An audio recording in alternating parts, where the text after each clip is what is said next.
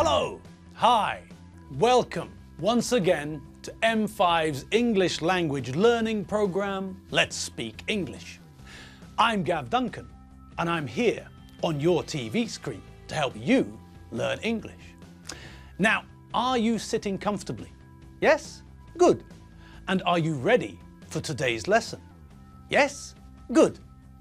Okay, well let's learn English together. Okay, how are we all today? I'm fine, and I hope that you're all fine out there. All of you gods of English, sitting down, watching telly in Hungarian TV land. Okay, so, who remembers what we were talking about yesterday? You all do, I know that. I was just kidding. Okay, so, yesterday we started by looking at obligation and the language we use when we're talking about obligation, requirements and necessity. We normally use two forms in English for strong requirement, have to and must. Must is simpler. We don't have to conjugate anything. It's the same form for all subjects. But even if it's simpler to use, it's more dangerous. We can easily offend people and cause problems. So, I say, follow the golden rule.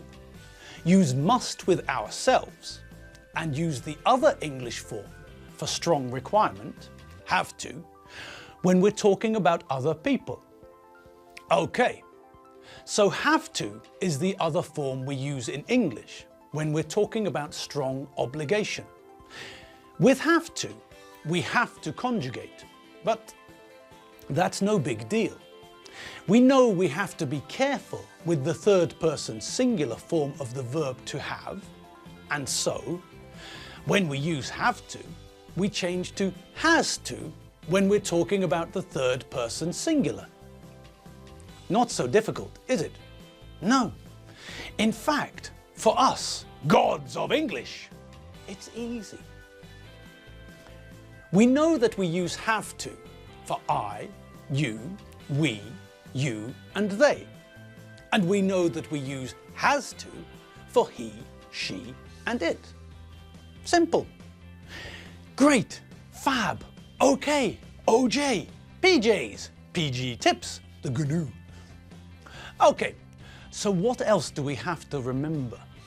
Well, we have to remember that when we add not to the two forms for strong obligation, we get two very different results. When we add not to must, we get must not or mustn't. We always prefer the short version. Now, when we look at mustn't, we can see that it's the logical opposite of must. I must do this means that there is a strong obligation to do this.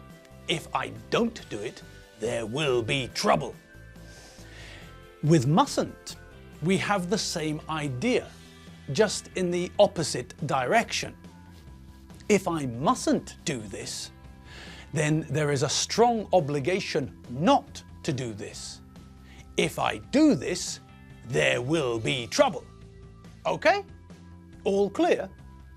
Yes, of course.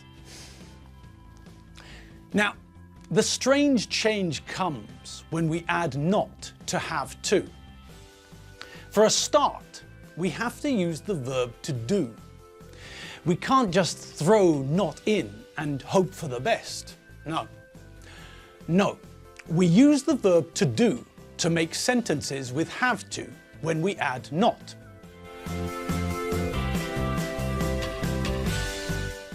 We use the form of do plus not plus have to. This means that we get I do not have to, and we all know that we prefer the short version. So we get I don't have to. So, as we know we have to conjugate with have to, we change the rest of the forms as we need to. We use don't have to for I, you, we, you and they. And we use doesn't have to for he, she, and it. Simple. Okay, the form is simple enough, but the meaning changes when we go from have to don't, doesn't have to. The meaning of have to is clear. There is strong obligation. You have to do this. There will be trouble if you don't. When we change to don't, doesn't have to, all obligation is removed. It just vanishes. It disappears.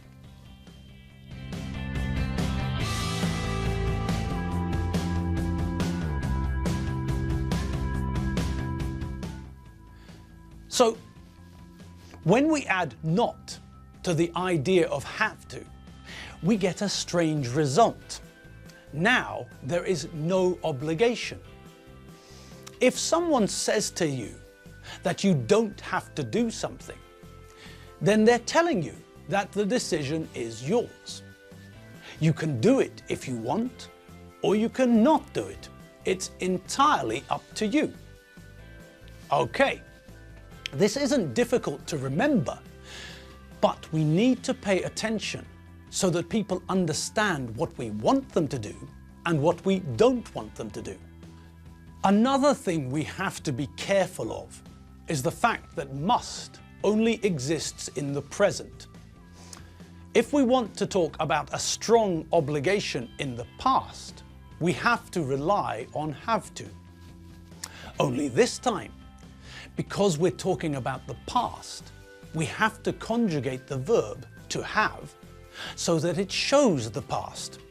Have to becomes had to. Okay, but this is also very simple. When we use had to, we know that we don't have to change anything. We use the same form for every subject. I, you, he, she, it, we, you, they, had to. Simple.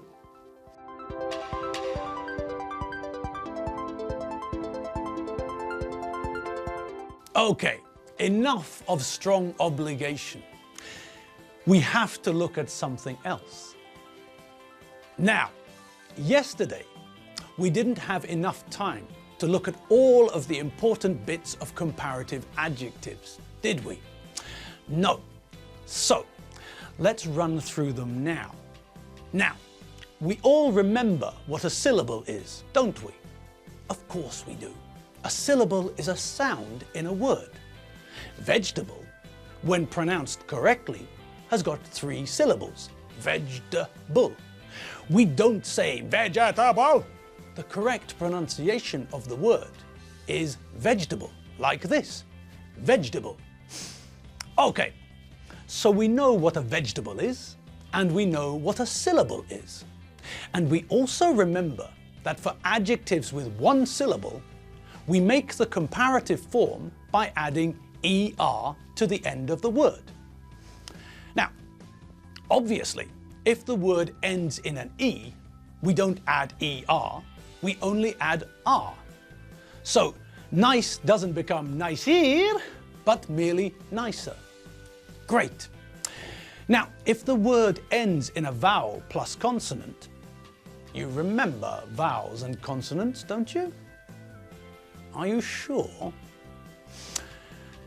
Well, just in case your memory is a little bit rusty, vowels are A, E, I, O, and U, and consonants are all the other letters in the alphabet. Okay, so if the adjective ends in vowel plus consonant, we double the last letter before adding er. Simple. Tall becomes taller. No doubling of the last letter there, but hot becomes hotter. The T is doubled. Okay, and what about if the word ends in a Y? Then what happens? Well, if the adjective ends in Y, we replace the Y with IER. Essentially, we change Y to I and then add ER. Simple.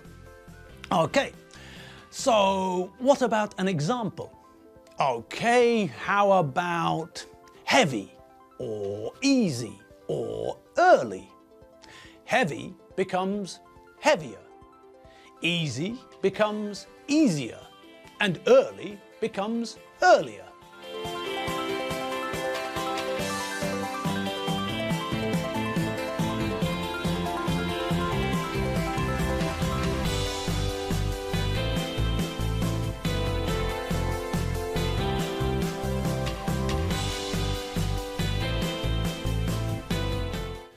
Great, easy peasy lemon squeezy.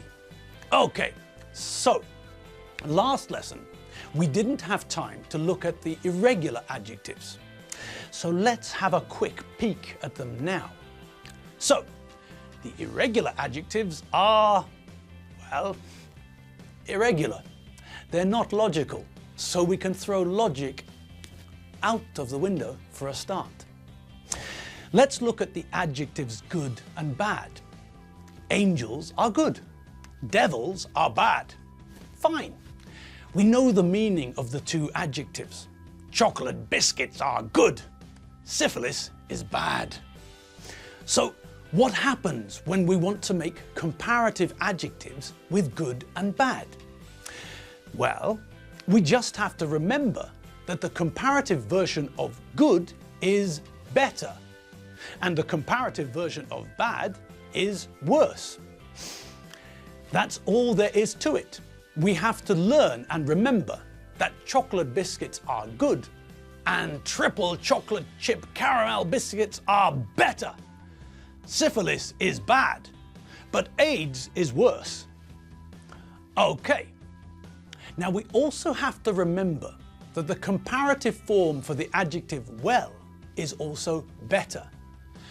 Yesterday I felt awful. Today I'm feeling better, for example. Good. Now, moving on. What about the longer adjectives? Do you remember what we do with longer adjectives to make comparative forms? I'm sure you do, but let's run through it one more time, just to be on the safe side. With longer adjectives, with adjectives with 2 or 3 or 4 syllables, then we don't change the adjective, but we put the word more in front of the adjective. This way, we don't say that someone is intelligenter than another person. We say that someone is more intelligent than another person.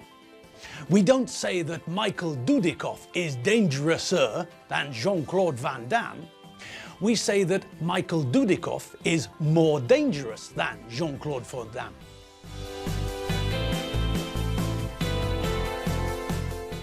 And that's all the time we've got for today's lesson.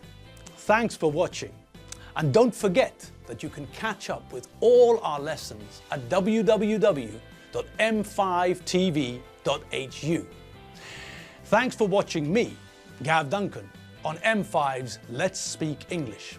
I'll see you next time. See you later. Bye.